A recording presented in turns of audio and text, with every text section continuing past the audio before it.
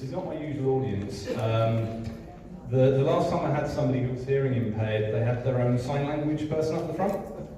And that was odd for me, but it was okay. It was a talk on biomechanics, and we got into plantar fasciitis, which is a heel problem. And I was telling a story about a chap who developed a problem with Viagra. Because when he took his Viagra, which is of course a vasodilator, opens up the blood vessels, his feet started hurting. And as I'm telling this story, I suddenly look at this poor person doing sign language, who is trying very hard to indicate with her hands somebody having a foot problem, like that.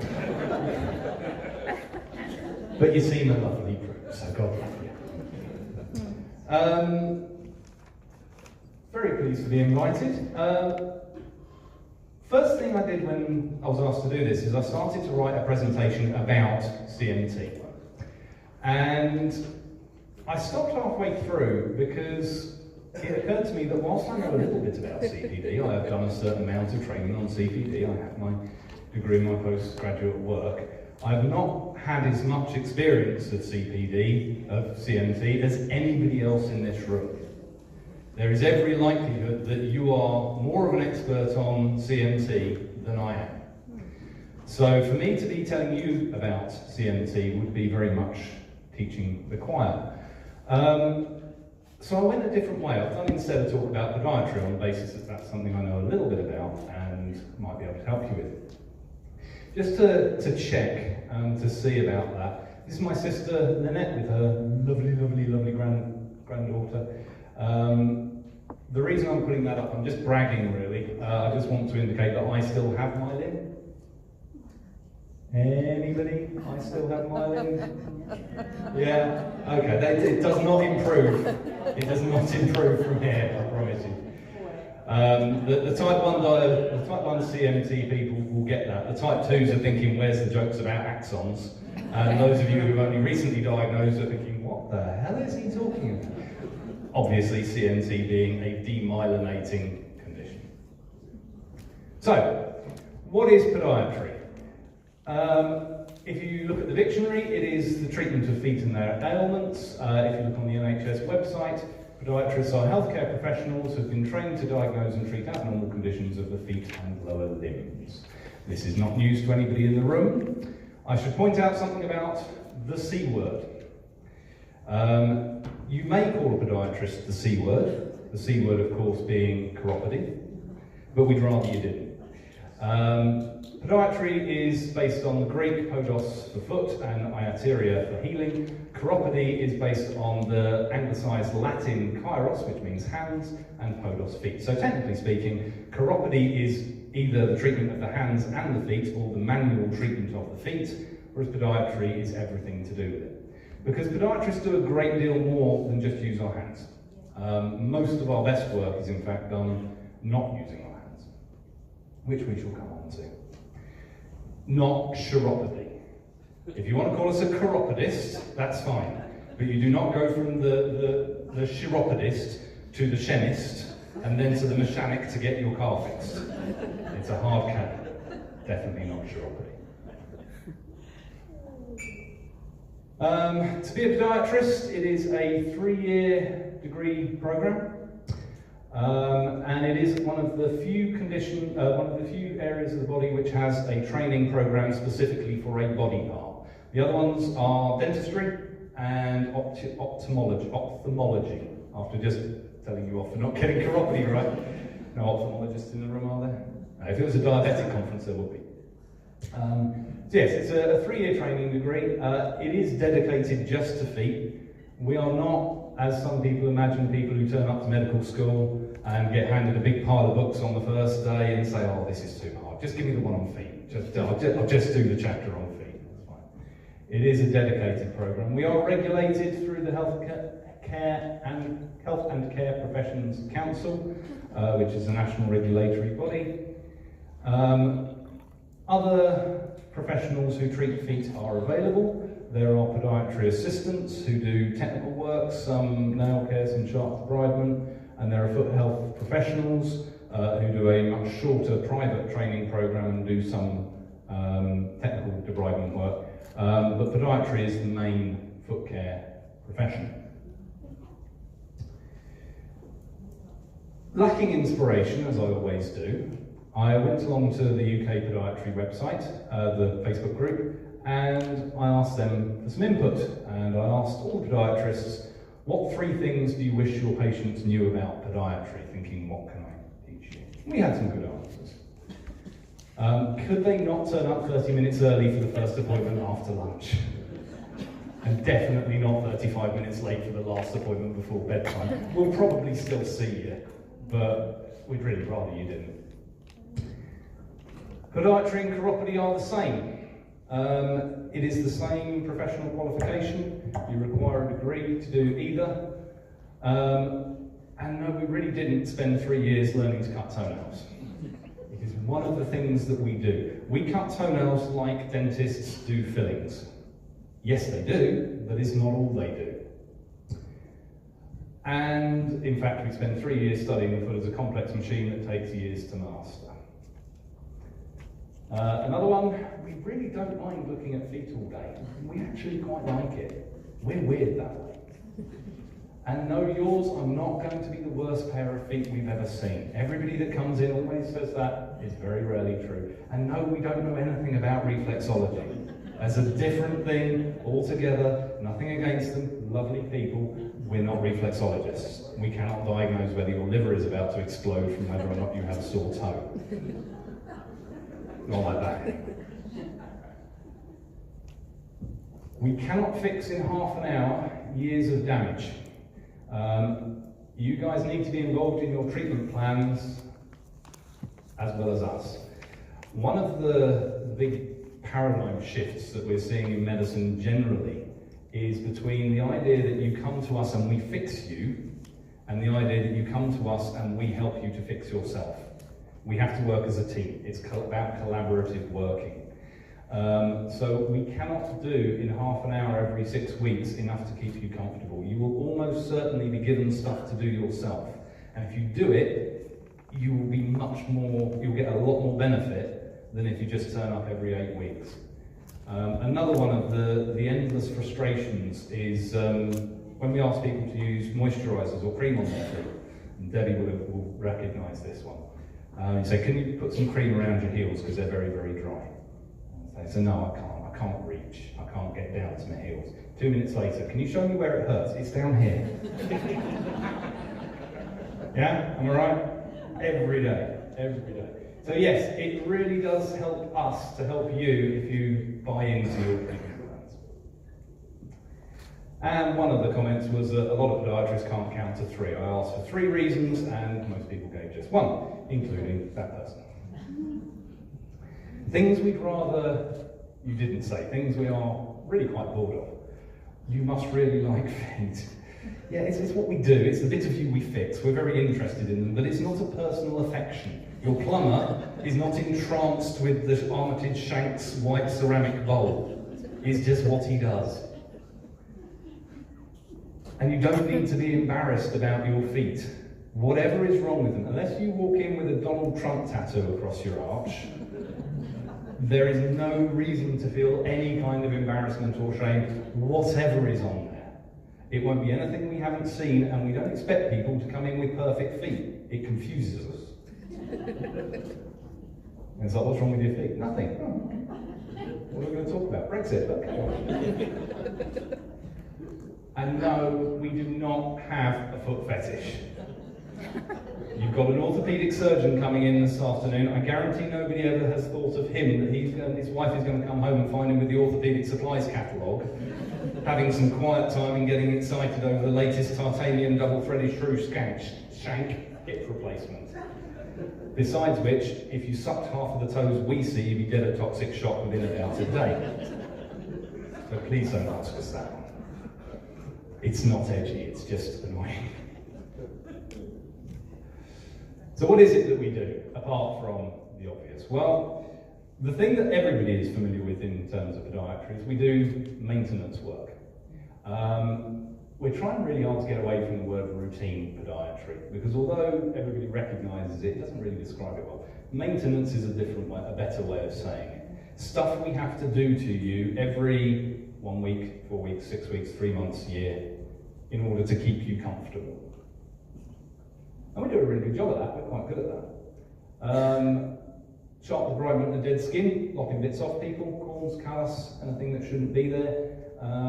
Using scalpels, we are able to remove it without any of the trauma that you get from rubbing it with a file. And a lot more accurately and in places that you cannot treat yourself. And although it will grow back, we can keep you comfortable by removing it regularly. A bit like having a haircut.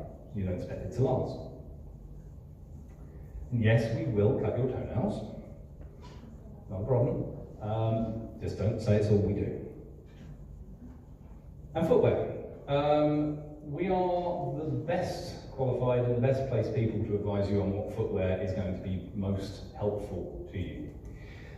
What we will not do, or what we should not do, is tell you what footwear to wear, what shoes to wear. Because that's not for me to decide. Especially for the ladies in the room, your shoes are a lot more than just something to keep your feet warm and dry. It is a part of how you appear, it's a part of how you present yourself to the world. It means something to you that you look nice and you feel nice wearing them. So it is not my job to tell you, no, you should not wear those shoes. It's my job to say, if you wear those shoes, you'll have big problems. If you wear those shoes, it'll be okay. And if you wear those shoes, you'll have less problems. But it's up to you whether or not you do it and what you do. And looking after the skin. This is the bit where the stuff you do at home is actually a lot more important than the stuff we do in the chair. In terms of when you go and see the dentist, you can go and see them every 6 months and have fillings done, but you do most of your work at home when you brush your teeth every day, don't you? And if you do that sufficiently, you look after yourself well, you can keep yourself away from having stuff done at the dentist. In exactly the same way, we can usually give you advice to at least greatly mitigate and at best remove the need for us. But you've got to actually do it. And if you suggest to somebody that they spend 4 minutes a day looking after their feet, they're usually horrified. Nobody's got time for that. 4 minutes a day brushing your teeth, we all take it as a given. Callus is the thing that we spend an awful lot of time dealing with, which can look like that. Or it can look like that. Sorry, I should have put a trigger warning. There's a few trigger warnings in here. This is both callus. This is both accretions of hard skin. We're going to talk a little bit more about callus later on. And yeah, it will be jolly painful, and what we can do is we can get rid of all of that stuff for you. Those are corns. Corns are like callus, it's just they're small little deep bits. So think of them like carrots. They actually go down into the skin instead of just being over the top. Corns need to be removed with a scalpel. They need to be sharp debrided. You cannot file away a corn because it's deeper than the skin around it. And definitely, that's another corn, that's a more common sight for them. Absolutely do not use corn plasters because they cause horrible damage, which I think I've got a photo of later on. A little bit about callus and how it forms. This is your skin. You've got the nice living healthy layer down here, and then it goes up through the spinosum, becomes granular, the skin cells die, become flat. Think of them like balloons coming up to the top, popping at the top. These are the flat balloons, and then that sloughs off and comes off as becomes house dust. Everybody has a cornified layer of skin. You're all familiar with this. What happens with callus is that because the skin is being traumatized, it's being damaged, it starts to worry that it's going to get worn away and you're going to develop an ulcer. So if it thinks it's being damaged, it starts proliferating faster, it starts developing faster up through here. So the normal skin process is, skin cell becomes that, sloughs off. If it happens faster, then when the skin cells reach this stage, they are immature. That doesn't mean they make a lot of fart jokes, that just means that there's not, the stuff that should have come out of them hasn't yet. So they're ever so slightly sticky. So when they reach this stage, they don't slough off, they just keep piling up deeper and deeper and deeper. That's what callus is, it's just a thicker, cornified layer. Now a little bit of that is a good thing, because a little bit of that will protect the deeper layer from shearing stress, not so much from pressure, but from friction and that sort of stress. But a lot of it becomes a problem. because when you get a lump like that, that is actually now causing more pressure because it's a big thick lump, you're walking on a stone. So that causes the skin to proliferate even faster, which means it causes it to grow even more, which means the skin cells become even more mature when they reach the top. So, yes, it's callus, not callus. Callus, that spelling, means harsh and unfeeling, which your skin is not. Callus is the thickened stuff that you get on a bone when you break it, or the skin when it forms. It's usually caused by trauma. The skin cells become slightly sticky, and you end up with a thicker stratum corneum. Now, in terms of getting rid of that, there's a few things you can do. The first is to address the cause. Because if that particular area of skin is taking more trauma, if we can reduce the trauma on that layer of skin, then we will reduce this sort of accelerated maturation. And that usually involves taking pressure off. I imagine most people in this room have got pressure under the ball of their foot, yeah, under the front of the foot. Now there's a few different ways that we can reduce that load and therefore slow this down, which we'll come on to later. Another way we can do it is sharp debridement, because when you have those great big plaques, when you've got those big lumps of callus which are not protected anymore, they're now causing problems. If you take a scalpel and just debride those off the top, then there is less trauma, so it will grow less quickly. And sharp debridement is the safest, when we do it, and most effective way of doing that. You can file it. You can use a ped egg or a foot file or something like that. But the problem is, when you're sawing away at it, of course you are aggravating the skin, aren't you? And if the skin's already fragile, that in itself can cause damage. And if you take too much skin away, if you actually go down to sort of that level, then that also will make the skin proliferate faster. You know what it's like when you've had a blister and your blister de-roofs, the skin underneath starts soft and then it goes slightly shiny and crinkly on top, doesn't it? That's the skin furiously trying to mature and protect you, but it can't. So sharp debridement's the most accurate way of doing it. However, what you can also use is a urea-based emollient. Emollients are just creams, just moisturiser. Moisturiser is usually made up of fat and water. The fat stops you losing the moisture out the skin, the water puts it in. Pretty much that simple. There are all sorts of different ones that you can buy with exciting scientific sounding names, most of which have no evidence behind them whatsoever. However, the one thing that does have some good evidence behind it is urea, as in the stuff you get in a nappy. And urea is a mild keratolytic. It makes these skin cells slough off better. So where these skin cells are sticky, urea encourages them to slough off. You can get foot cream with 10%, 20% or 30% urea in it. 10% is what's usually marketed as foot cream, and that is safe to use pretty much everywhere. You can use that in the arch of your foot, on the top of the foot, in the thinner areas of the foot.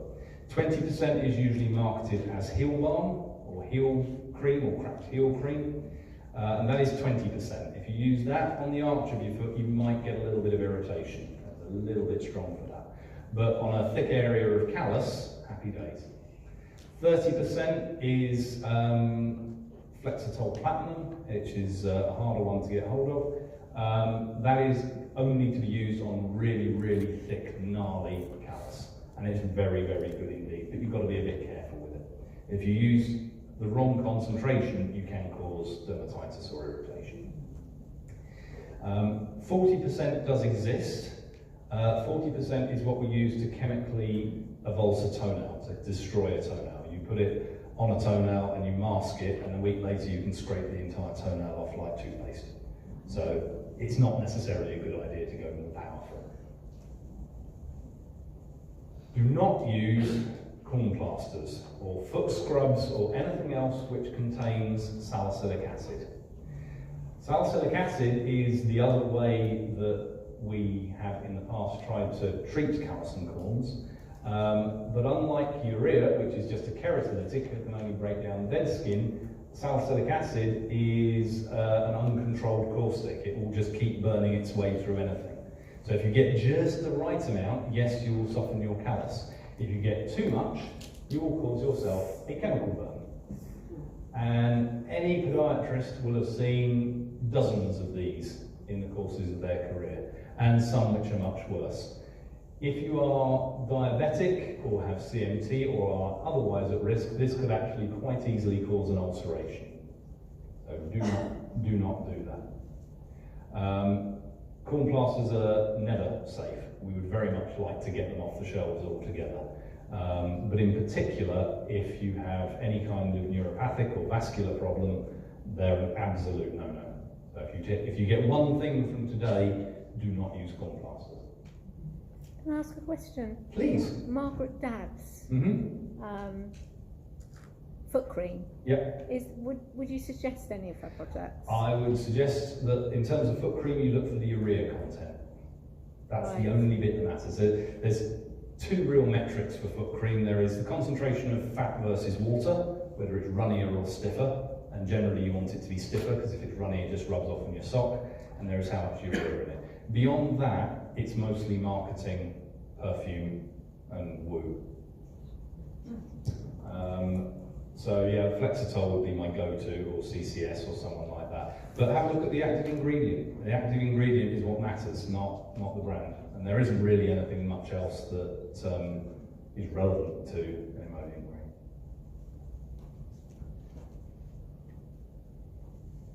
What else do we do? We also do biomechanics, or musculoskeletal podiatry. This is my specialism, partly because I find the foot a fascinating machine, and also because they won't let me use sharp things anymore. After the unfortunate incident. They have it coming. One of the things we do is assess and diagnose musculoskeletal pathologies. So musculoskeletal pathology is, as the name suggests, a musculoskeletal injury. It's something that hurts inside your foot. So joint problems, muscle problems, ligament problems, plantar fasciitis, posterior tibial tendonitis, extensor tendonitis, mild flavours of bunions and HAV deformities, that sort of thing. We are, again, one of the relatively small number of professions who can actually diagnose these things, and we have a variety of tools in our toolbox for treating them, of which orthotics are only one.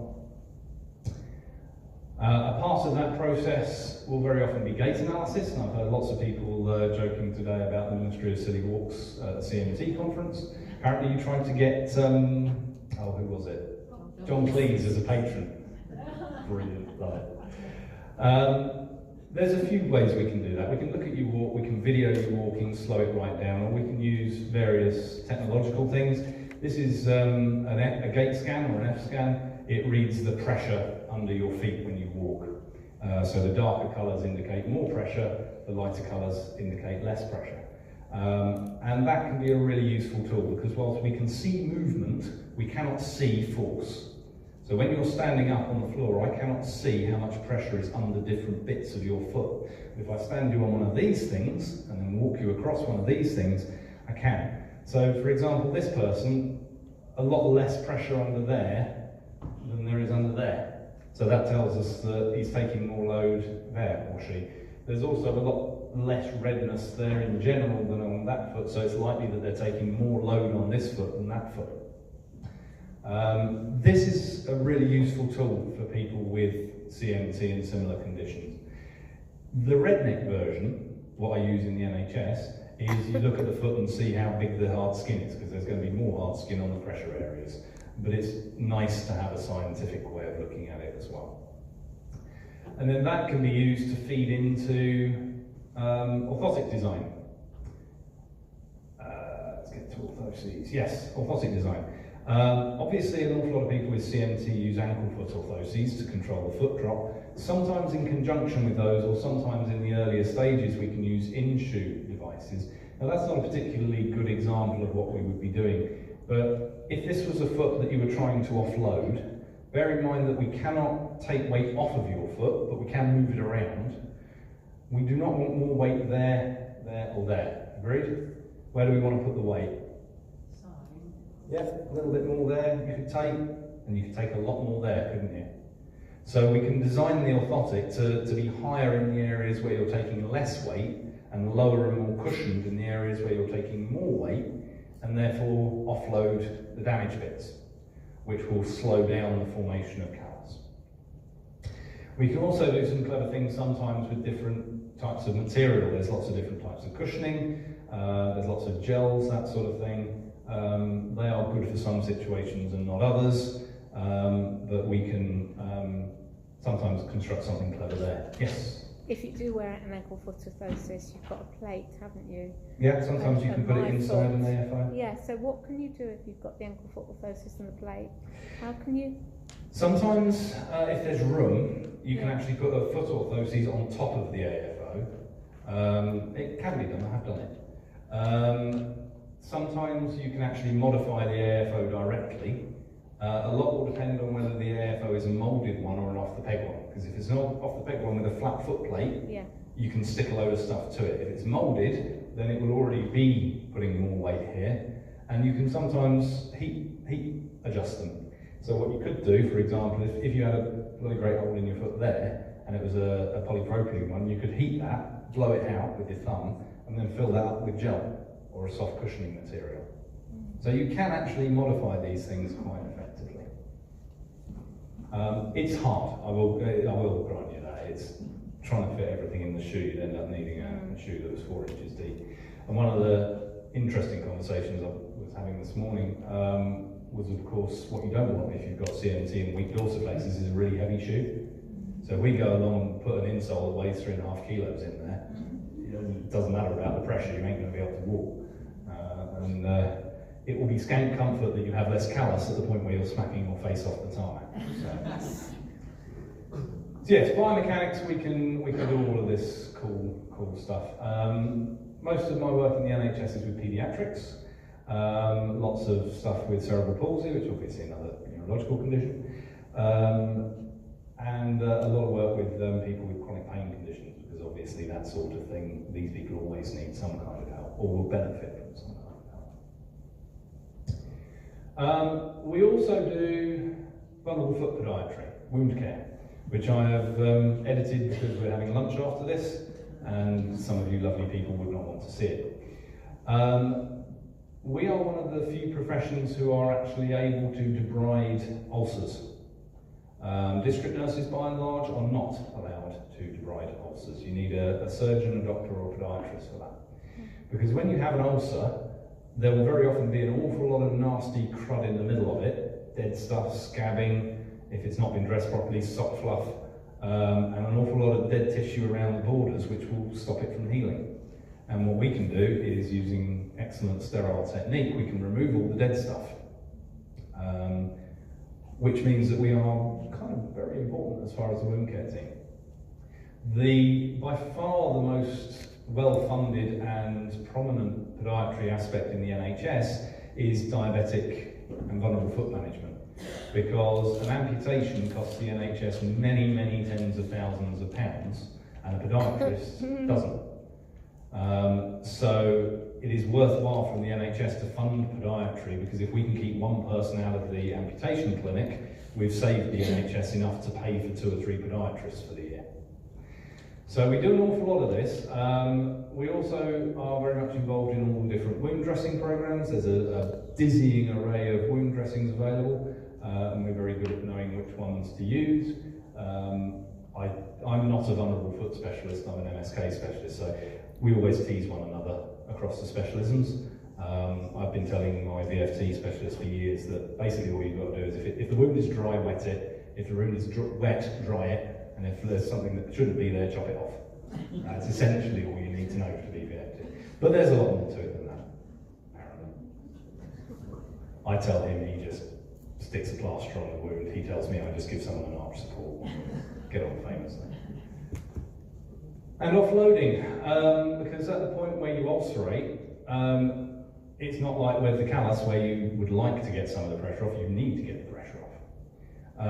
An ulcer is merely a wound that doesn't heal, and it doesn't heal for a reason, which with diabetics is usually circulation or infection or load. In people with CMT, it's likely to be primarily load.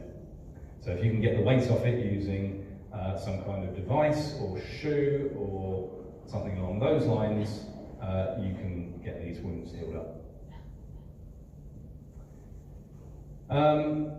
Other people within podiatry do dermatology, an embarrassment of itches. Not so many dermatology specialist podiatrists, we only need a few of those to help, but for all the various fungal, viral and bacterial infections. So you may end up seeing somebody with that specialism. Some people do rheumatology, focusing on the conditions, the autoimmune diseases by which the body attacks itself. And with a bit of extra training, you can also do podiatric surgery. There is a route to doing foot surgery via podiatry, whereby you become a surgeon who only operates on feet. That's a job done by a podiatric surgeon on a rheumatoid foot. I managed to get one picture to do 2 jobs there. And they're doing some really, really great work, and they're getting really, really good at it. Most of what they do is forefoot stuff, big toe joints, toes, neuromas, that sort of thing. Some of them are also doing some rear foot surgery now. There is always a degree of tension when you have an AHP, an allied health professional, that takes on a role that's traditionally done by somebody else. But a lot of orthopaedic surgeons are actually coming around to the idea that you don't need to be an orthopaedic surgeon to stick a steroid injection in a big toe joint. It's a waste of their time. We can do it just as well. And they're kind of busy. So, how do you go about getting in front of a podiatrist? There are 2 ways one might access such a person, via the NHS or seeing a private practitioner. And they both have their pros and their cons. In the NHS, there are varying levels of provision. It's a bit of a postcode lottery. It depends on where you are, how good the service is, how well funded it is, and whether it is funded for you. There is always eligibility criteria. The days when you could just rock up at your local NHS podiatry department and say, I've got a sore foot, are long gone. And it's usually based on commissioning. The commissioners for the trust will decide what care they want to buy from the department. So they will say to the department, how much will it cost us for you to treat all the diabetics? And we will say, that many £1,000. And they'll say, right, we're commissioning you to see all the diabetics. And of course, CMT would be one of the conditions that should be commissioned. It's a bit fuzzy there because it depends on how they word it. If they word it that we're to treat everybody who has a vulnerable foot, i.e. at risk of ulceration, that would include CMT. So in my team, in Maidstone, if you have CMT, you are absolutely eligible to be seen, and you will be seen for routine care. You will have biomechanics, you will have access to pod surgery, and you will have access to vulnerable foot podiatry, God forbid, when you need it. But I have come across people saying that where they are, they've been told they're not eligible for podiatry treatment. Has that been anyone's experience? It's kind of ridiculous. Only if there's danger of ulceration. Where I am in Hampshire, if there's danger of ulceration, you're in. If not, I go to NH dietary. There we get into the realms of relative risk, because technically we're all at risk of ulceration, it's just how much risk of ulceration. And I would argue that a demyelinating neuropathic condition that can cause sensory and motor neuropathy and cause problems which are going to cause overload on certain bits of your foot, that sounds pretty risky to me, but I'm an MSK pod, not a vulnerable foot pod, so what do I know? So yes, you should be eligible for that, and if you're not, it might be worth a little bit of a nut up against the manager and actually say that you are aware this causes sensory neuropathy, just like diabetes. You are aware this causes deformity, just like diabetes. Can I ask, on what basis do you not think CMT is an eligibility criterion? It's a shame. That really is sad to hear. I refused it after 15 years. I had a podiatrist for 15 years, but because I'm quite a well person, I haven't got diabetes, I don't take any pills, I didn't have enough points. I had to have 100 points and I was only at 75. One was being registered disabled and one was having neuropathy, which was 75 points, and I needed 100. But of course it's my hands, I can't cut my toenails because of my hands. So now I have to go to a private. It is always the problem. They have to try and direct the care where it is most needed, and you have to have a system in place to do that, but systems are flawed. We have a system where I am called Tiptoe, and you pay that basically without cutting, it's just an examination I have like an annual doctor test, and that's all. And the arrangement is that if at any point they think the feet are, you know, If you hit the criteria, they will accept you into the terrible system. One advantage with the biomechanics is with the NHS is that you will generally have access to specialist services, because if you've got a department with 100 members of staff, you will have MSK specialists, vulnerable foot specialists, rheumatology specialists, minor surgery specialists. And you do want to be seeing somebody that knows a bit about your condition. It's not a common condition. So you do want to be seeing somebody that knows a little bit about it. And generally speaking, within the NHS, we have multidisciplinary team access, i.e. if we work in hospital, we can go and we can refer you to a consultant if we need to. We tend to have those links established. And of course, not a small thing, it is free at the point of contact. You are paying for it, you're paying for it in your taxes. But you won't have to pay for it then and there, which is a good reason to go for that. In private practice, however, it is always available. Wherever you are in the country, there will be a private practitioner available to you. And regardless of what conditions you have, what risk factors you have, they will always see you. And for a price, they will usually come out and see you at home if you want them to. If you have a home visit in the NHS, you basically have to be bedridden from the nose down. In private practice, it will cost you a bit more, but they will come out and see you at home. There are no criteria, and specialist services are sometimes available. Most private practices are either one-person bands or 3 or 4 people working together, so it is unusual for them to have specific specialist teams. However, most private practitioners have done a stint in the NHS at some point. A lot of people are doing both. I work in both the private practice and the NHS. So if you shop around, you may be able to find a specialist practitioner in private practice. And those are questions worth asking when you ring a private practitioner. You are in a marketplace. You can ring up and say, look, I've got CMT, this is not a regular thing. Do you have somebody there who has specialist MSK training or specialist vulnerable foot training, if that's what you need? They shouldn't mind you asking that question. The downside, of course, is that you've got to pay for it. It will cost you money for assessment, treatment, and if you need any kind of devices, surgical orthotics or anything like that, you will have to pay.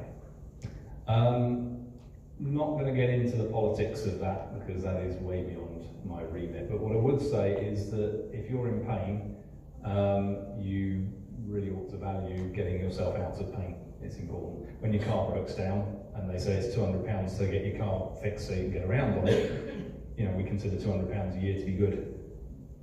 It's not unreasonable to think that one might do the same for one's body. That's politics, as I say.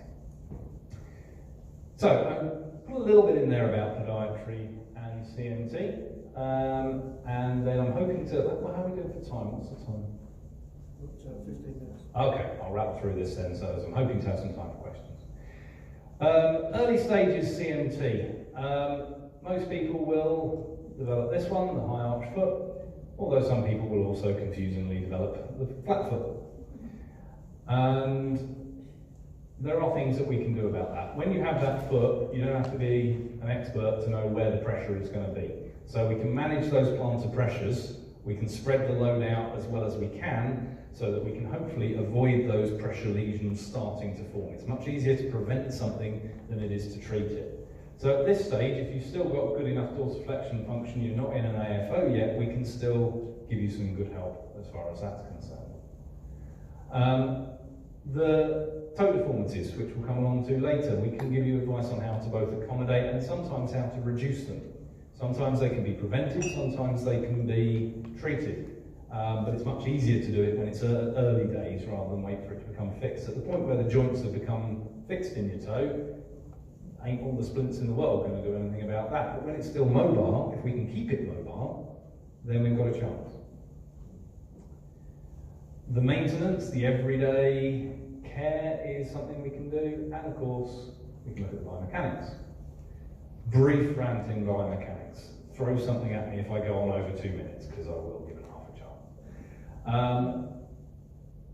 This thing that's a pronating foot and that's bad, and that's neutral and that's good, and that's a supinated foot and that's bad. This is almost entirely put out by running shoe companies and orthotic shoe companies to sell you insoles. Pronation is a necessary thing. That rolling in movement in the foot, as everybody in this room knows more than anybody else, if you can't do that, you're in trouble. It is primarily a shock absorber, but also a mobile adapter. You need to pronate. A foot that looks like that is not pathological, that is average, necessary, and normal. The problem with a callus foot is that you don't have enough pronation available. You can't roll your foot enough, you don't have enough of a shock absorber.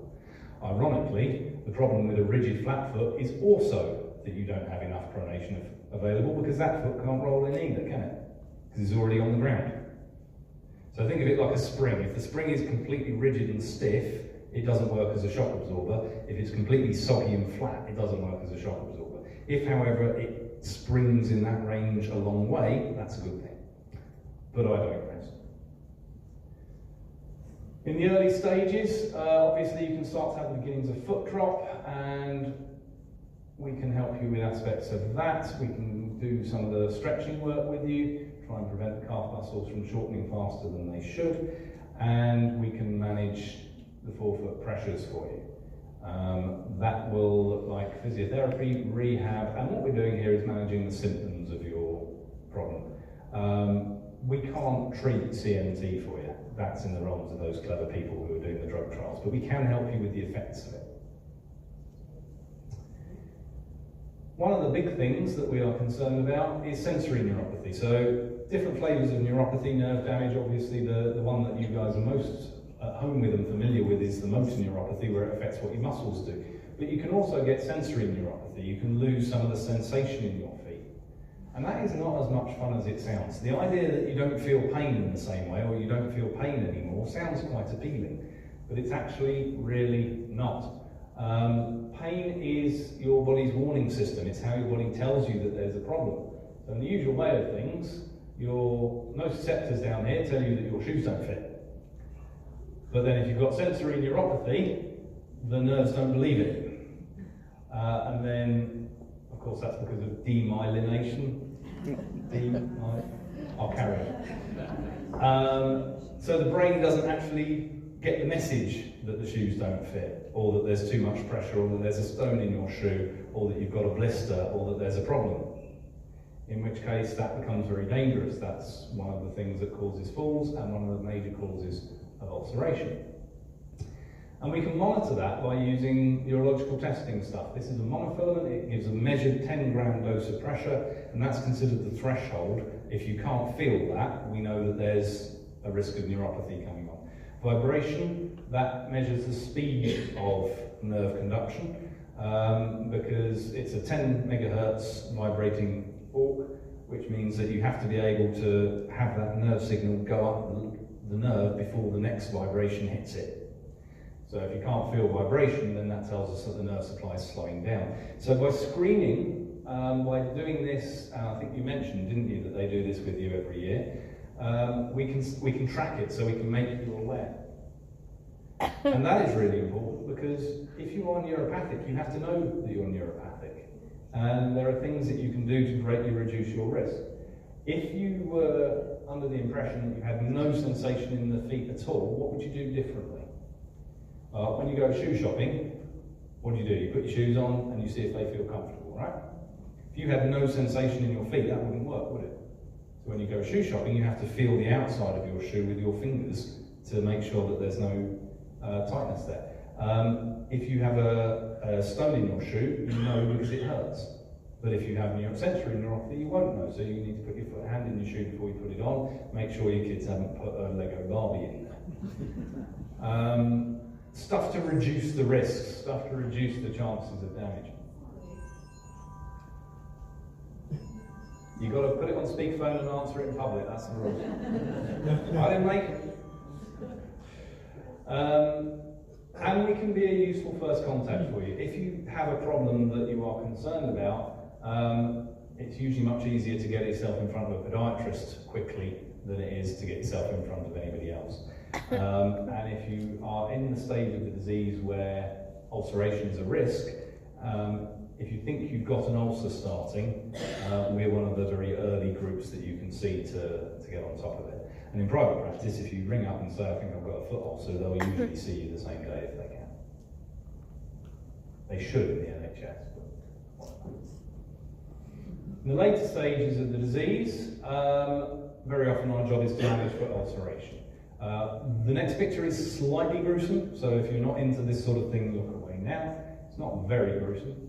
That is a fairly typical neuropathic ulcer. We say it's a neuropathic ulcer because it's caused by an excess of pressure that the patient can't feel.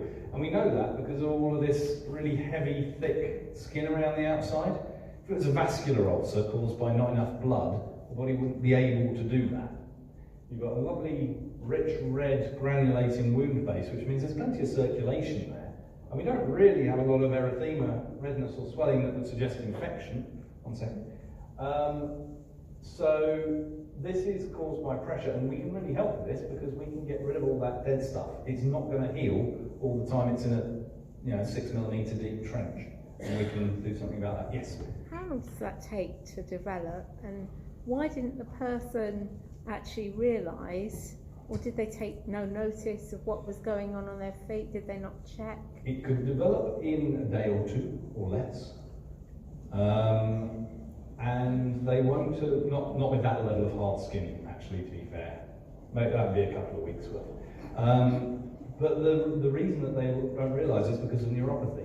If you can't feel pain, you wouldn't be aware that you had it. Well, they don't check their feet. And if people don't check their feet, there you go. But yeah, we can do a lot with that. We can manage the wound, we can select the right dressings, and we can do offloading. We can do that sort of thing. That's semi-compressed felt, croppy felt, some people call it.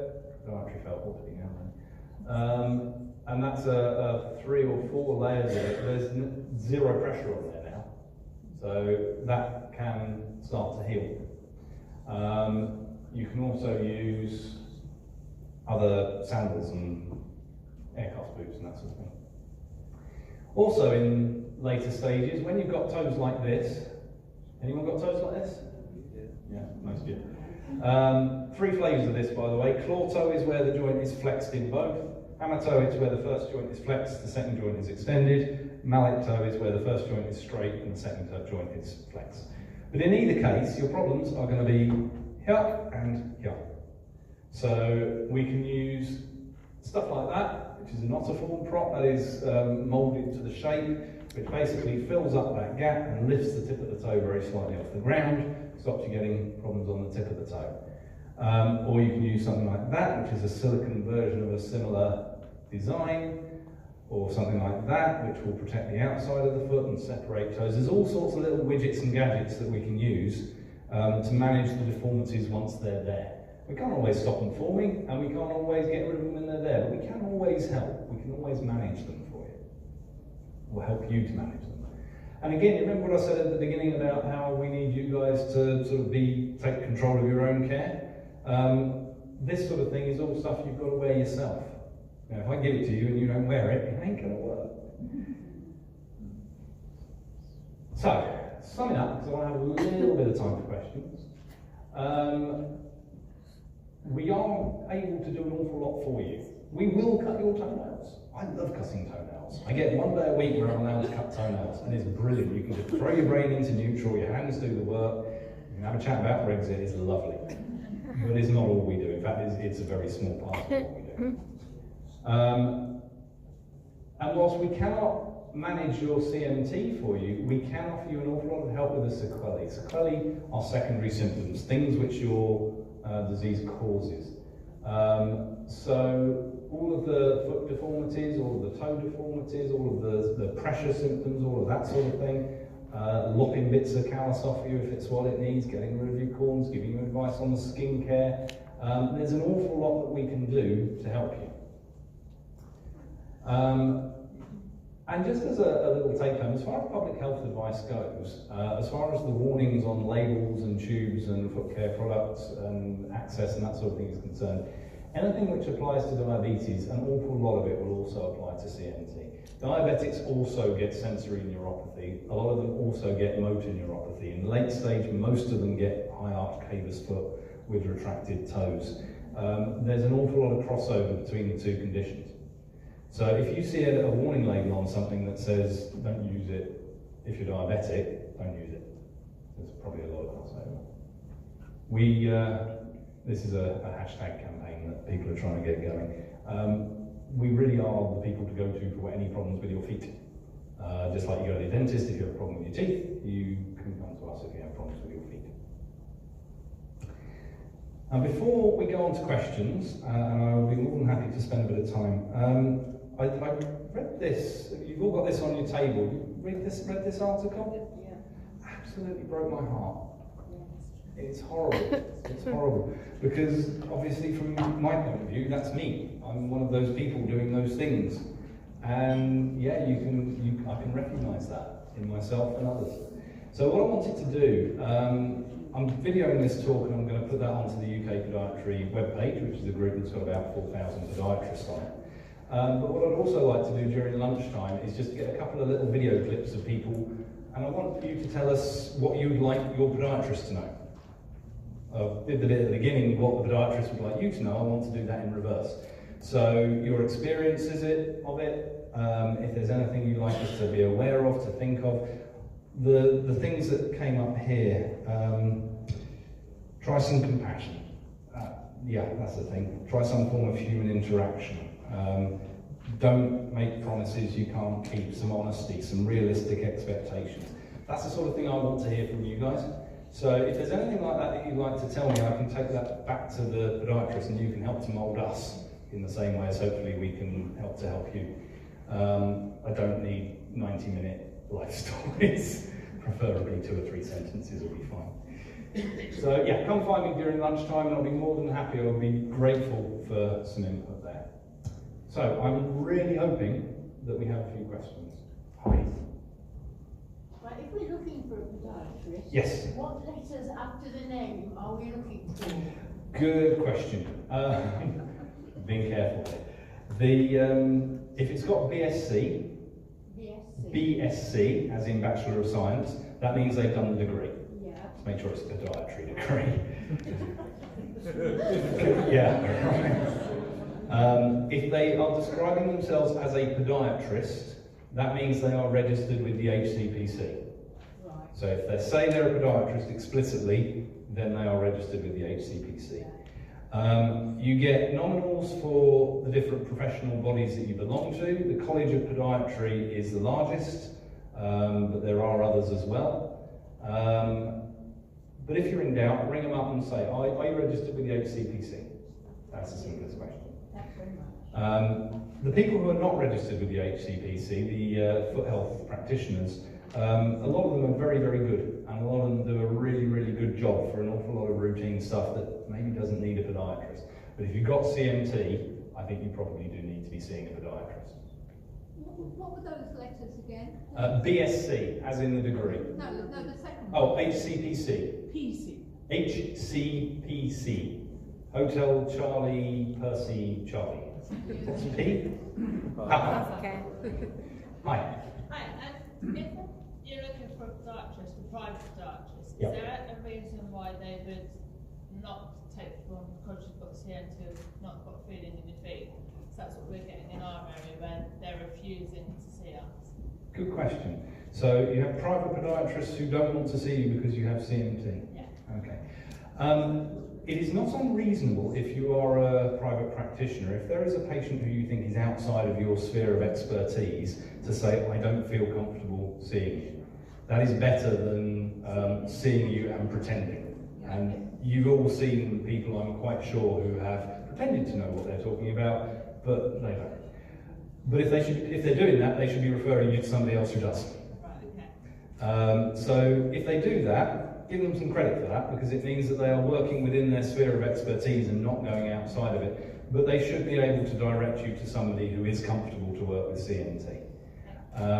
It depends a lot on what you want from the podiatrist. If you are looking for a treatment management strategy, which is what they should be doing for you, which everybody should have, by the way, then yeah, you need somebody who's really well up on it. If you've got the treatment management strategy, but what you need is somebody to take the hard skin off every 4 weeks, then somebody can work as a subsidiary practitioner. And this is what we're looking for to achieve as a profession, is a tiered system. So that you have the people capable of making really good, thorough, holistic management plans, but they don't need to be the people cutting the nails every month. Yeah. So we're looking for that. That's what we're looking for, is someone to cut nails. If you have a good management plan and that's all you need, then yeah, that's fine. Hi. I am actually a foot health practitioner, so I'm pleased that you said that we do a lot of work. Yes. I run a practice that is very busy, and part of that is because there is a very big lack of podiatrists in my area. And so, just to back up what you said, there is a website where you can look for foot health practitioners in your area for the normal or the more basic maintenance, such as callus drawings and advice on infections, that kind of thing. Not entirely qualified, but can make you comfortable. And it's important that people are made aware that there is access to help to take away some of that discomfort and pain, if you haven't got podiatrists that are local. Absolutely. The best case scenario, as far as I'm concerned, is when we get the two groups working together. I've got a lot of FHPs that refer in to me, and then I refer back to them, and that's how it should work. Is it possible to repeat the question? Sorry, I think. Yes, it wasn't so much a question, it was a point. It was that FHPs, practitioners who have not done the degree, but are trained to do manual debridement, sharp debridement, and some of them are very, very, very good at it, can help a great deal. It's a little bit of a political hot potato, because you know what it's like, there's protectionism on both sides. But yes, to my mind, it's a question of the right people for the right job. If you require a management plan, if you need somebody to look at you properly as a person, take everything on board, look at the medication, the orthotics, the biomechanics, all of it, and actually form a plan, I would suggest go and see a podiatrist. If you need somebody to regularly, every 4 weeks, take the hard skin off, keep you comfortable, keep you mobile, then absolutely some FHPs are very good like that. And the other thing is, if you're an FHP, if you've been working for 20 years, you're going to have picked up some skills. So not all podiatrists are equal and not all FHPs are equal. I'm not going to upload that to UK Podiatry, I'm going to get lynched. Hi. When did the podiatry degrees come in? I mean, how, if you have an elderly person,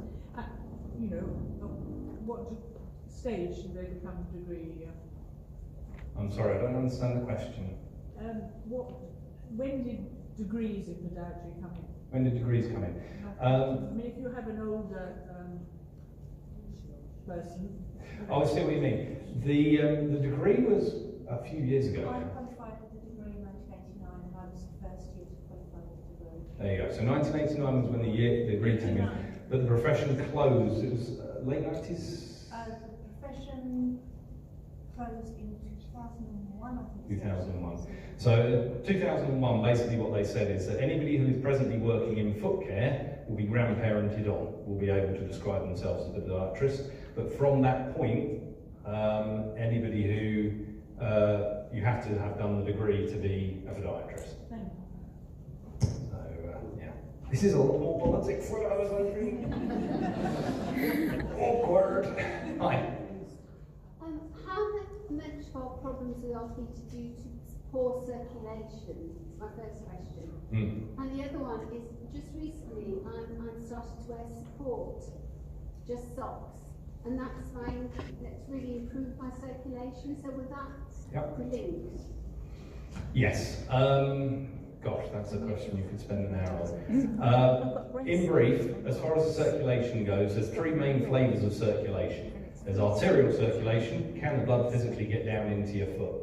There's microvascular circulation, once it's there, can it get into the skin? And there's venous circulation, can it get back up your leg? Because if it can't get back up your leg, it's going to cause a bit of a traffic jam. The one we worry about most is arterial circulation, because if it can't get down into your foot, it obviously does a lot of damage. Venous is treatable with things like elasticated supports. That makes it much easier for the blood to get up the leg. And the microvascular circulation, where it goes into the skin, is all about temperature control. So it's things like not going between extremes of temperature, thick socks, that sort of stuff. What happens with us is you get really, really cold feet. Yeah. Cold feet is usually micro. If it's arterial and they're cold, then you've really got problems.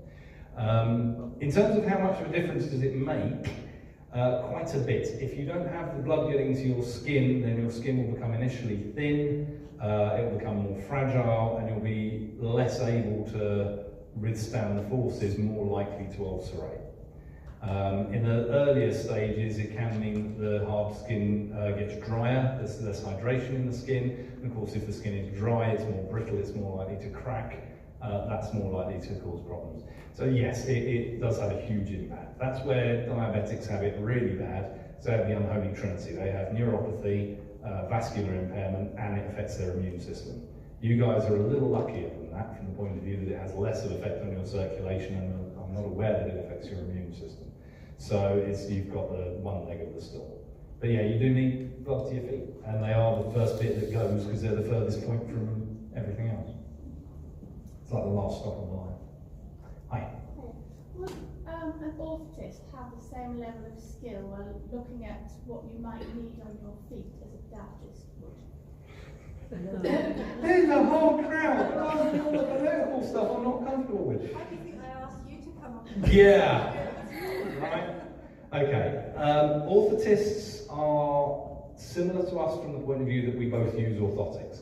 They're different from the point of view that their training is using orthotics for everything, and our training is in the feet for everything, which includes, so we cross over like that. In terms of the same training, we generally, biomechanically speaking, we work from different schools of thought. Having said that, there's a lot of podiatrists who do orthotist type training, and there's a lot of orthotists who do biomechanics podiatry type training, so there's a lot of overlap. It depends who you get, it depends who you talk to. I worked for about 7 or 8 years in a clinic with an orthotist, during which time we developed a good deal of cross-training and a good deal of respect for one another's skills. They can do things we can't. We can do things they can't. So it really does depend who you get. My experience with orthotists, and this is only my experience, is that they are either absolutely godly. There are orthotists I know who walk on water as far as I'm concerned, or they're really, really not. You don't find very many mediocre orthotists. They all seem to be amazing or awful. My experience. Are we ready? Brilliant. There we go. I've upset everyone now. Any other questions?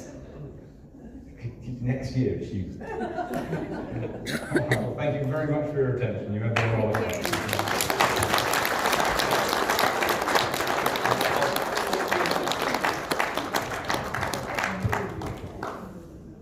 Thank you very much, Robert. And now we're coming up for lunchtime, which is a wonderful opportunity to buy some more raffle tickets if you haven't got one.